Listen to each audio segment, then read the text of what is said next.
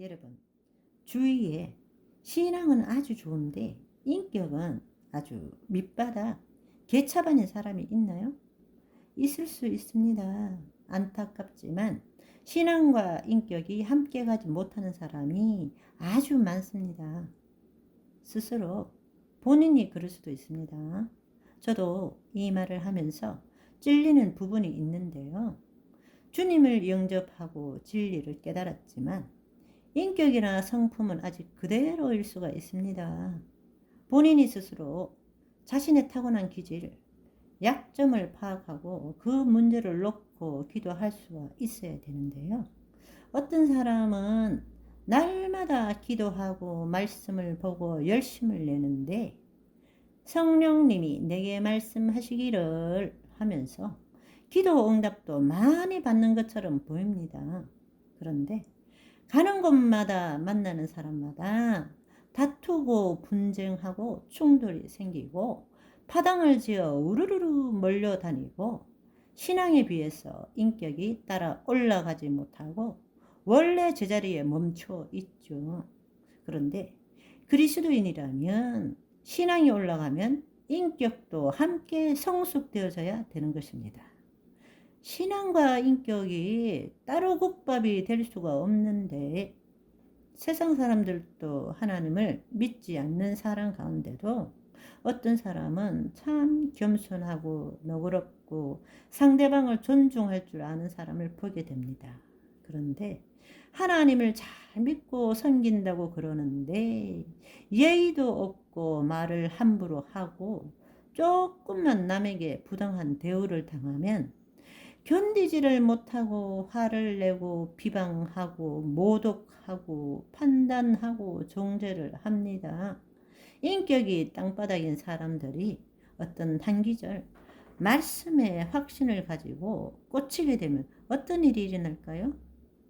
자기와 다른 생각, 다른 신앙을 가진 사람들을 보게 되면 짓밟고 무시하고 공격합니다. 심지어 2단, 3단 하며 손가락질까지 하게 되죠. 자신이 아는 것, 그것만 옳다 하며 그것을 가지고 성령의 역사로 믿어버리면 어떻게 될까요? 다른 사람을 지배하며 군림하려고 하죠. 겉모습은 믿는 사람인데요. 경건의 모형은 있으나 경건의 능력을 부인하는 이런 사람은 자기를 사랑하며 돈을 사랑하며 자랑하며 교만하며 비방하며 감사하지 아니하며 무정하며 원통함을 풀지 아니하며 모함하며 사나우며 선한 것을 좋아하지 아니하며 배신하며 조급하며 자만한 사람이 되어주고 있는 자기 모습을 전혀 깨닫지 못합니다.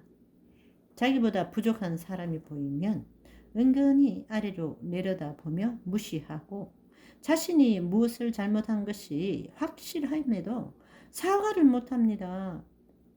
무슨 일을 해도 리더가 되고 싶어 하면서 리더가 안 되면 만족을 못합니다. 무조건 상대방보다는 높은 위치에 있고 싶어 하면서 자기도 모르게 자꾸 다른 사람을 판단하고 오해합니다. 너그럽지 못하고 예의가 없습니다.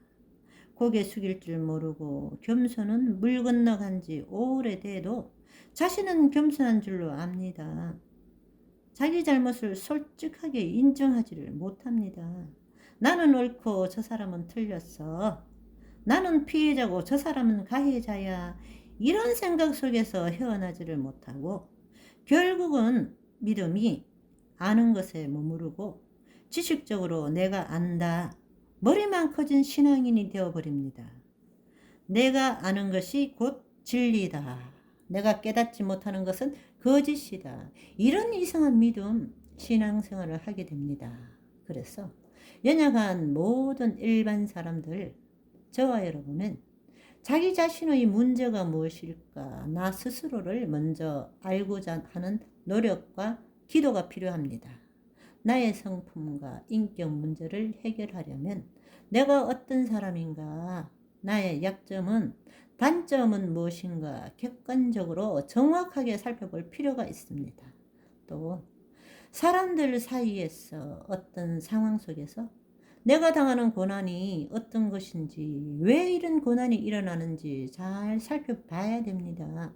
다시 말해서 성품과 인격 문제를 해결하려면 내가 어떤 성격을 가진 사람인지 파악해야 되고, 내가 어떤 기질을 갖고 태어난 사람인지 알아야 되고, 내 인생에 왜 이런 종류의 고난들이 계속해서 반복해서 일어나는지 알아야 된다는 것입니다. 왜 사람들과 늘 부딪히고 가는 곳마다 같은 일이 반복되는가 알아야 되는 거죠. 그래야지 성령님의 정확한 인도하심을 받을 수 있는 것입니다. 여러분, 성경에는 두 종류의 고난이 나옵니다. 의의 고난이 있고 죄의 고난이 있는 것입니다. 베드로전서 2장 19절, 예매히 고난을 받아도 하나님을 생각함으로 슬픔을 참으면 이는 아름다우나. 무슨 뜻입니까? 예매히 아무 이유 없이 내가 공격을 받는 것입니다. 아무런 이유 없이 고난을 받는 것, 진리를 전했는데 내가 따돌림을 당하고, 선을 베풀었는데 내가 매를 맞고, 아무런 이유 없이 이런 고난을 받으면 하나님을 생각함으로 슬픔을 참으라는 것입니다. 이런 고난에 의의 고난이라고 성경은 말하고 있습니다. 우리가 받아야 될 고난은 이런 의의 고난입니다. 그러면 20절에는 뭐라고 말씀하실까요? 죄가 있어 매를 맞고 참으면 무슨 칭찬이 있으리요? 이것이 뭐예요? 죄의 고난입니다.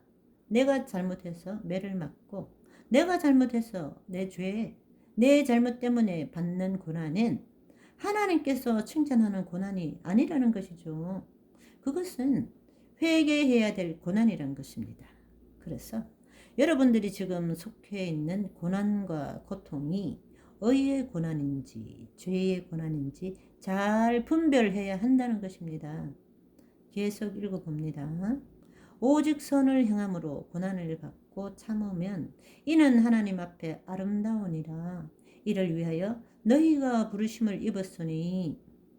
굉장히 중요한 말씀이죠. 저와 여러분은 무엇을 위해서 부르심을 받았습니까? 의의 고난을 위해서 부르심을 받았습니다.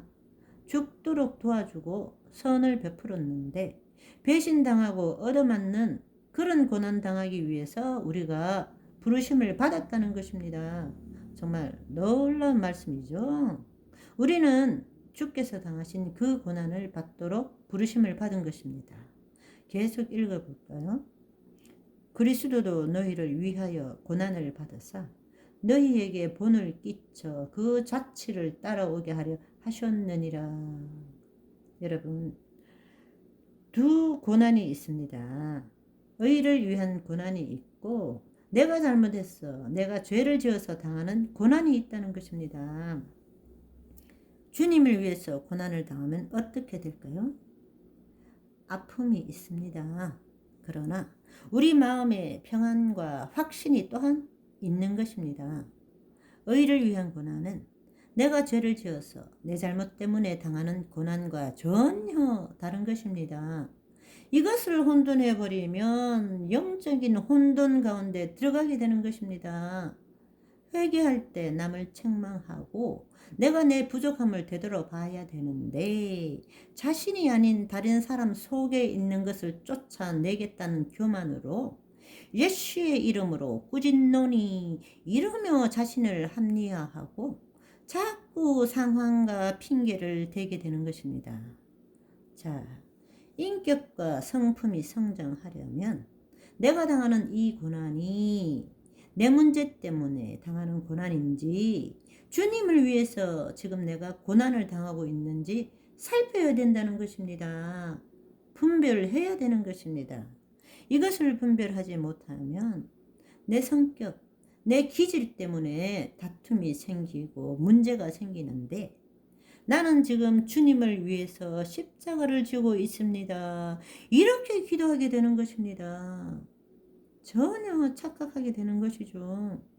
저와 여러분은 이런 착각을 벗어나 온전한 성령의 역사로 성경을 아는 지식과 신앙이 함께 자라고 동시에 하나님의 사람으로서의 온유한 성품과 인격도 같이 자라나 하나님을 영화롭게 하시는 오늘이 되시기를 소망합니다.